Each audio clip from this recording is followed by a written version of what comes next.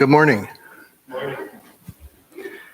Think back in your life to a time when you were rejected. Anybody not been rejected at one point or another? I think that's something we deal with every day. An idea rejected. Can you give us an example? Just like certain ideas at work and get shot down. I think we all deal with that every day. Why aren't you speaking into the microphone? All right. The guy that always makes sure everybody speaks into the microphone. I just think that every day we are always dealing with I feel like every day we are always dealing with rejection at work when it comes to an idea. It's just something I think we deal with every day of our lives. Hopefully not every day.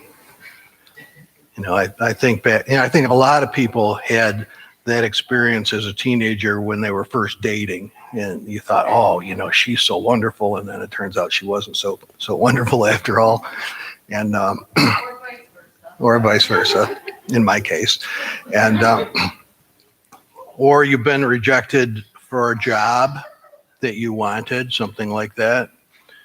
Sometimes people are rejected by their parents when they're born. There's all different kinds of rejection, and it never really feels too good to be rejected, does it? I want to talk to you about rejection today a little bit. And let's see. There we go. The stone that the builders rejected has become the chief cornerstone. Now, I know that the passage, the Lord said to my Lord, sit at my right hand until I make your enemies a footstool for your feet, Psalm 110, is the most quoted passage in the New Testament. And I think this one has to be pretty close. 3 of the 4 Gospels mention it. It's in the book of Acts. Paul makes allusion to it several times in his letters about the rejection of the stone. Now, this is a cornerstone on a Jewish synagogue, and it has, you can't really see it too well, but it has the Jewish year and the American year on it, 5,000 and something on one part, and on the front corner are the people who were responsible for raising the money and the people that were responsible for the construction and so forth. But in biblical times, a cornerstone had much more use than to put the date of the building on it. It was a stone that was very carefully cut to an exact size. It was an exact height, it was exact length, and it was set so that it was level. And then the foundation was built around the cornerstone using the measurements on the cornerstone. And so if the cornerstone was incorrect, then when they got around the building, it wouldn't match up. And so they had to be very careful to make the building according to the pattern that's seen in the cornerstone. And in the Psalms, which one is it? It's 118. It says, the stone that the builders rejected has become the chief cornerstone. I wonder how Jesus felt about being rejected. Do you think it was any more pleasant for him to have been rejected than any kind of rejection that we have obtained? They said he's the harlot's son. If you look at the early writings, that mentions the harlot Mary who had a child, and they just totally disrespected him. And because of his accent, he was from Galilee, and at the time when everybody was arrested, they said to Jesus' friends, we know that you were with him because you have a Galilean accent. They were looked down upon because they came from the place where people had inbred between the Assyrian nation and the nation of Israel. And so there were a lot of reasons that Jesus was rejected, not the least of which were his teachings. I mean, he gave some startling teachings, and he was, throughout his life, rejected.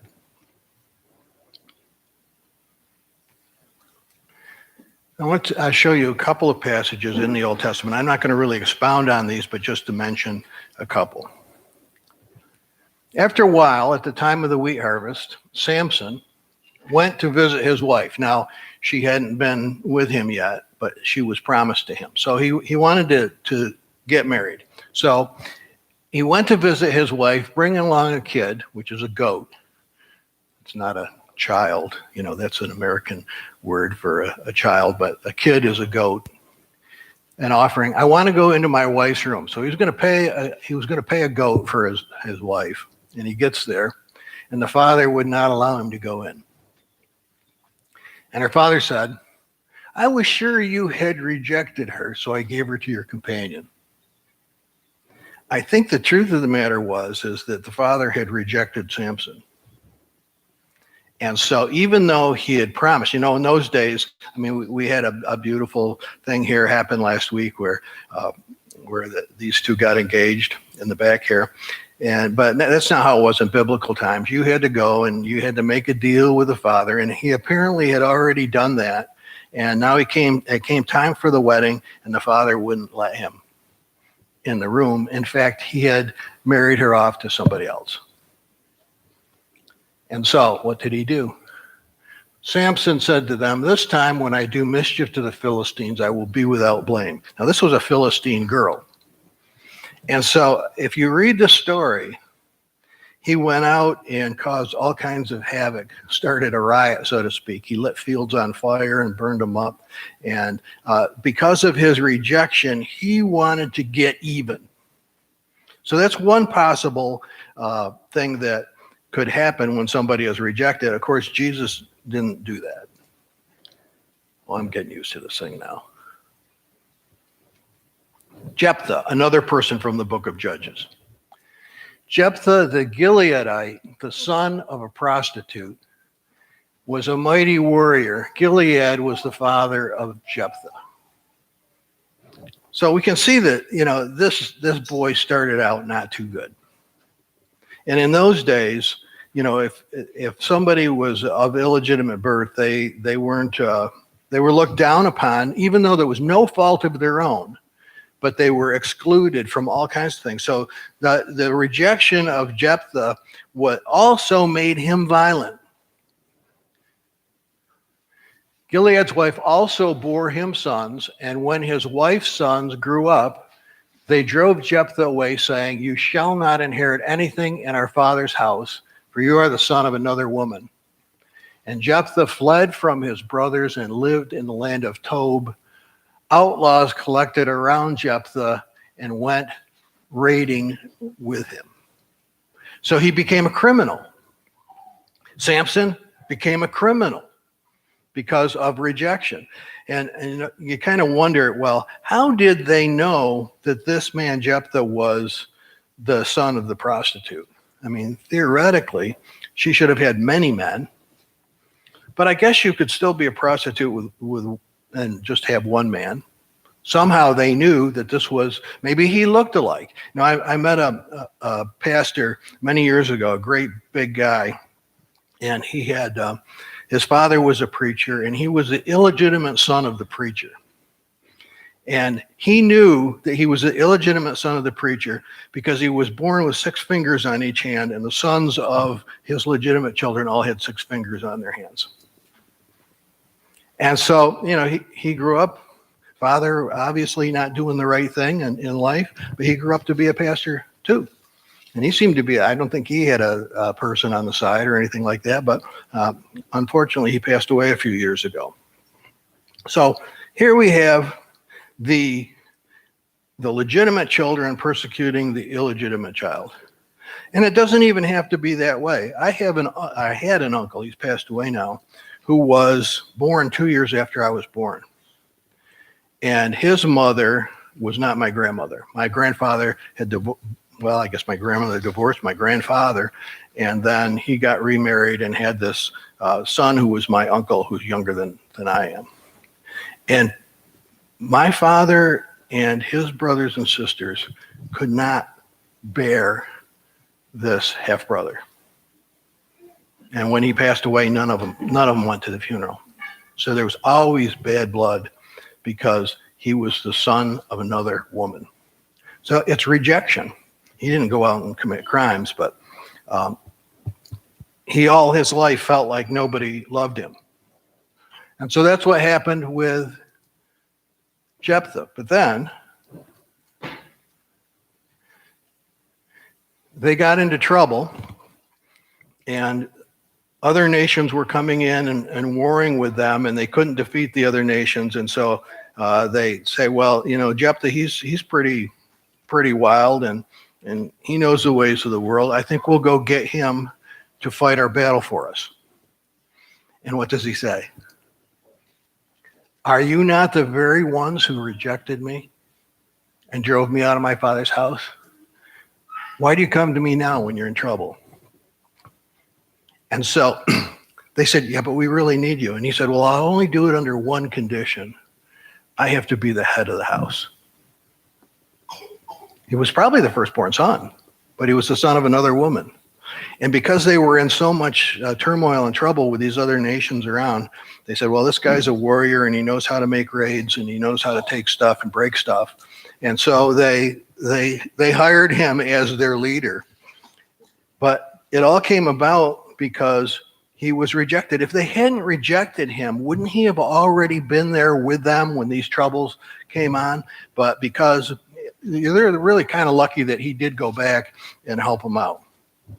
Rejection can be a bad problem for people. Oh, I wanted to mention here. You know what this is? How does this work? There we go. That's a burning bridge. Some people never saw a bridge they didn't want to burn once they crossed over it. But I can tell you, as experience in life, I've burned some bridges in my life, and sometimes I wish I could get back over them. And to burn a bridge is never a wise thing. And so it wasn't totally burned in Jephthah's case. And his name means whom God sets free, which we would certainly hope that God would set free anybody who's been rejected, wouldn't we? Wouldn't we want people to feel like they belong and are wanted and are needed, their skills are needed in the congregation? We want everybody to be set free if possible. Of course, it has something to do with the person who's been offended to be open to that.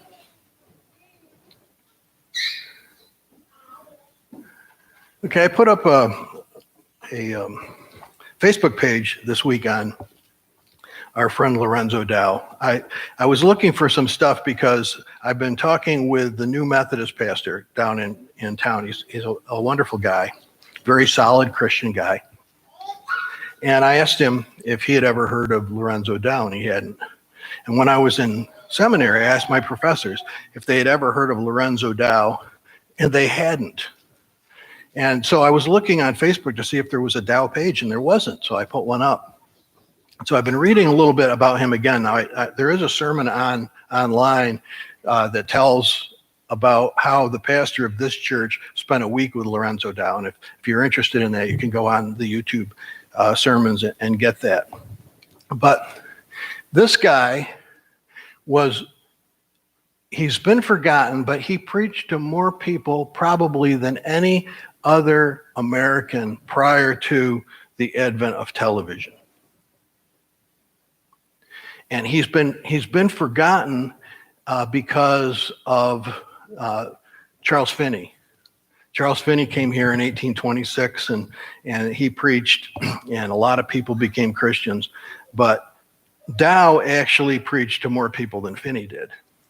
But he's been eclipsed by Finney because Finney, was, more well known. However, Lorenzo Dow's journal, for many years in the early 1800s, for many years, and I mean decades, it was the number 2 selling book in the United States, with the exception of the Bible, because he was so famous.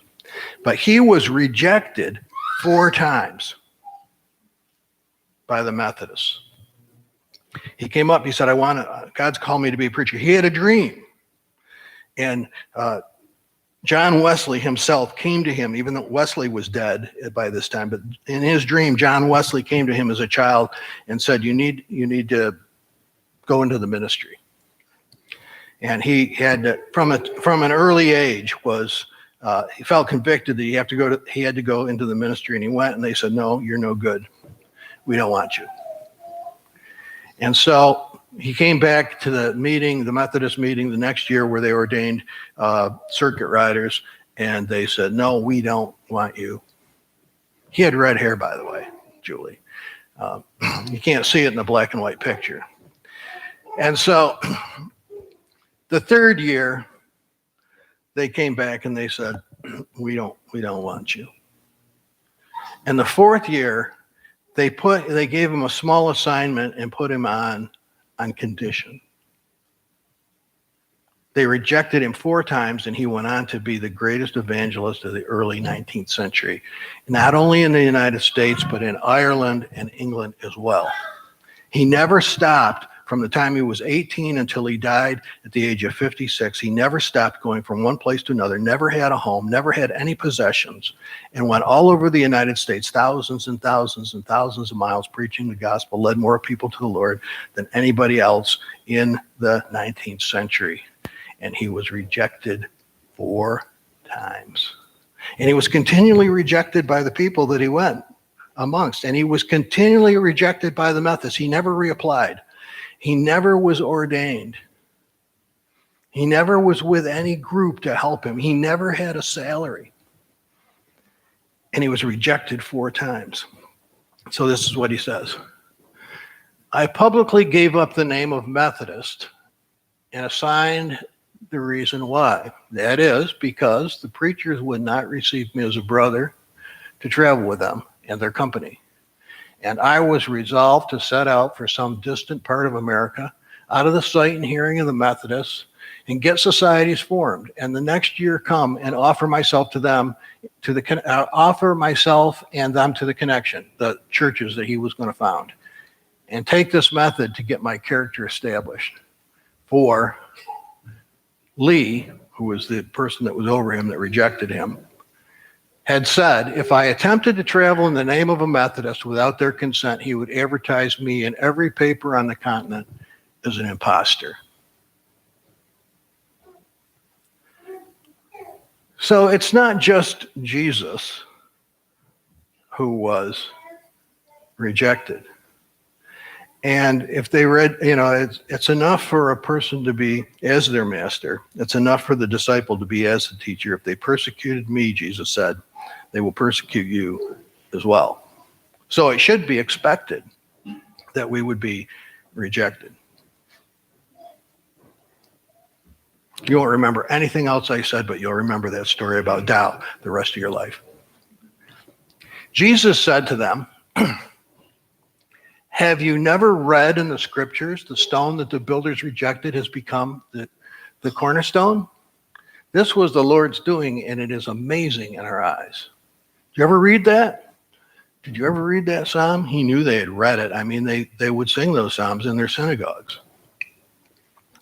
Have you not read this scripture? The stone which the builders rejected has become the cornerstone. Luke says it this way. He looked at them and said, what then does this text mean? The stones that the builders rejected has become the cornerstone. And in Acts, in the preaching, it was said, Jesus is the cornerstone that was rejected by you, the builders, and it has become the cornerstone. How do you think Jesus felt about being rejected?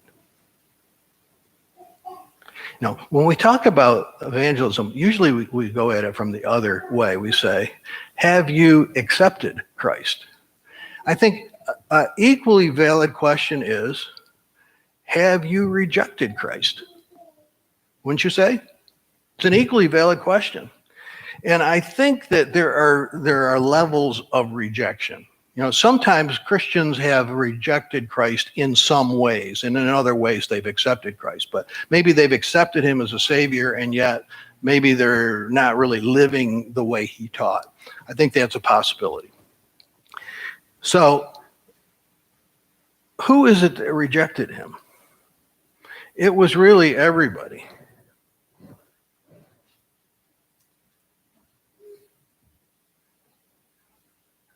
My dad had a stamp that, he was a real estate guy. And by law, when somebody writes an offer on a piece of property, you have to present it to the owner. And he had a stamp that said, "Bull, you know what?" He would stamp it right in front of the people. Some people didn't like him.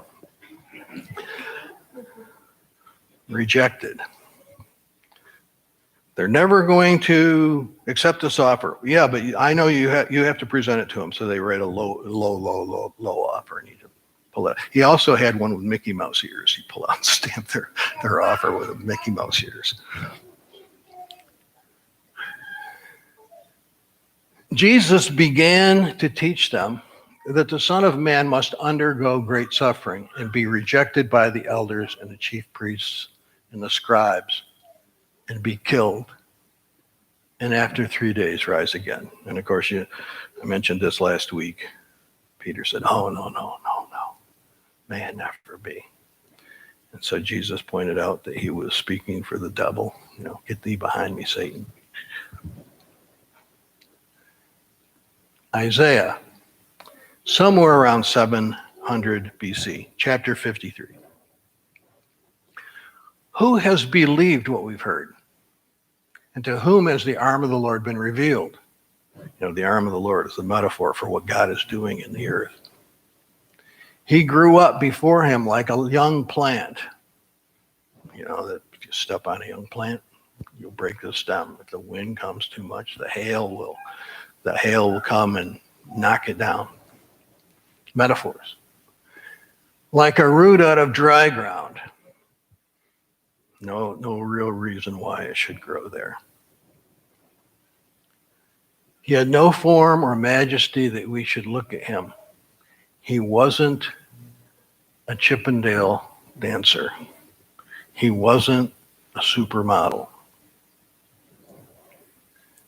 Nothing in his appearance that we should desire him. He was despised and rejected by others. A man of suffering and acquainted with infirmity, as one from whom others hide their faces. Did you ever see somebody that was so hideous and so deformed that you didn't want to look at them? I mean, you see somebody that's has no arms or no legs or something like that, and they're sitting there, and you don't even know if you should talk to them because you're afraid, because you know that could be you. Well, that's the kind of the way that people looked at Jesus when he came. The elders, they looked at him in such a way because they could sense that what he was doing was going to make them obsolete. What he was preaching, the people were following Jesus instead of them, and they didn't like it. We held him of no account. Surely he's borne our infirmities and carried our diseases, yet we accounted him stricken, struck down by God, and afflicted. But he was wounded for, or perhaps I put that in, perhaps by our transgressions, crushed for our iniquities. Upon him was the punishment that made us whole, and by his bruises we are healed. This is a prophetic word by the author of Isaiah, some 600 to 700 years before Jesus came. And you ask a Jewish person, well, what about Isaiah 53? Doesn't that seem like that refers to Jesus? And they will say, no, that refers to the Jews. We've been kicked wherever we've gone, and that doesn't refer to Jesus, but it certainly refers to Jesus. But the point is that he was despised. And when we think of the word despised, we think, I hate him. I despise him. But despise biblically means to look over the top of the head of, to ignore him.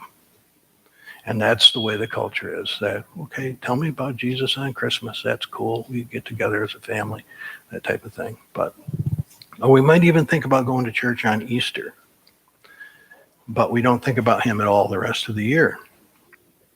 And so there aren't so many people like that, even today. And it's a form of rejection.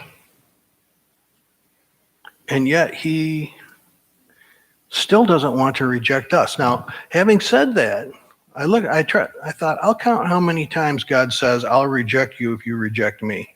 And I started to count, and I looked through, and there's more than I wanted to spend time giving you an exact figure for. If you reject my word, if you reject me, I will reject you. I have rejected Israel. In fact, in one place in Hosea, it says God divorced Israel, but he's going to get back with her later, that type of thing. So rejection, what you sow is what you reap. And so to not accept is to reject. Our punishment is on him. We better accept that. His bruises cause our healing. We should say yes to that. So I'm not going to ask you if you've accepted Christ. I'm going to ask you if you rejected him, because it's the same question.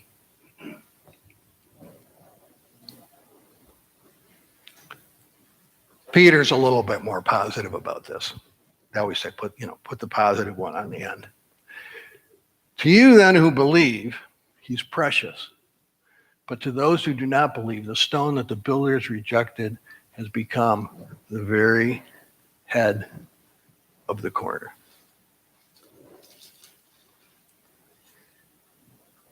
So then, you are no longer strangers and aliens, but you are citizens with the saints and members of the household of God, built upon the foundation of the apostles and prophets. Now, I always thought, because I came up through a Pentecostal school and I was involved with Elam for many years, and their big thing was, modern day apostles and prophets. And I always thought that this scripture referred to modern day apostles and prophets. But when I went to seminary and started doing some reading on the early church fathers, when it says the apostles and prophets, it's talking about the writings of the apostles and the prophets.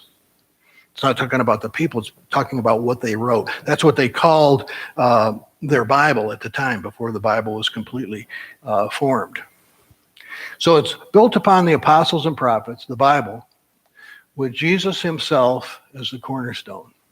And in him, the whole structure is joined together and grows into a holy temple in the Lord, in whom you also are built together spiritually into a dwelling place for God. And so it puts a very high value on church and church participation, because, whenever there's a stone out, it's going to cause a problem in the structure, because every single person is needed. The gifts of every person is needed. Every person is needed, because no person in the house of God is rejected by God. That's pretty cool, I think, don't you? What do you say? Tally will give you the microphone.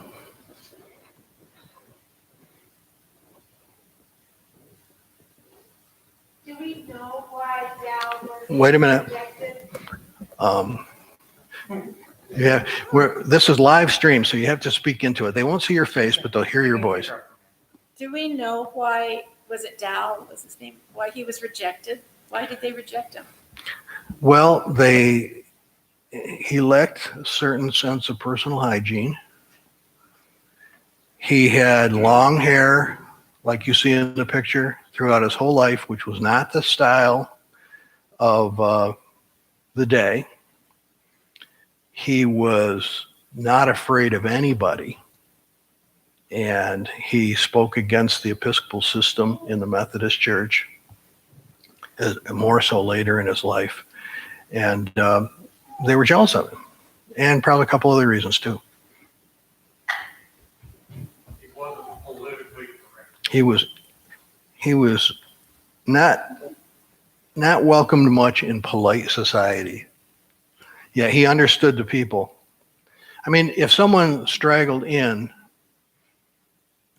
say he straggled into a Church of England church, an Episcopal church, and he has no education, although he wrote theology that is a college professor level. It's been left to us. We can read it. He was very good self-taught, but he had no degree. He had no high school diploma. He had the long hair. The only clothes that he had were on his back. He spent nights in people's houses that would have him, slept on the floor. And, those days they didn't have running water or anything like that. So he was slovenly looking. But if you listen to what he said, he was a great preacher. Anyone else? I knew you'd find this guy interesting. Look on my Facebook. I put up a group of several different things. I'm going to be putting things up regularly till I run out of stuff. Anyone else?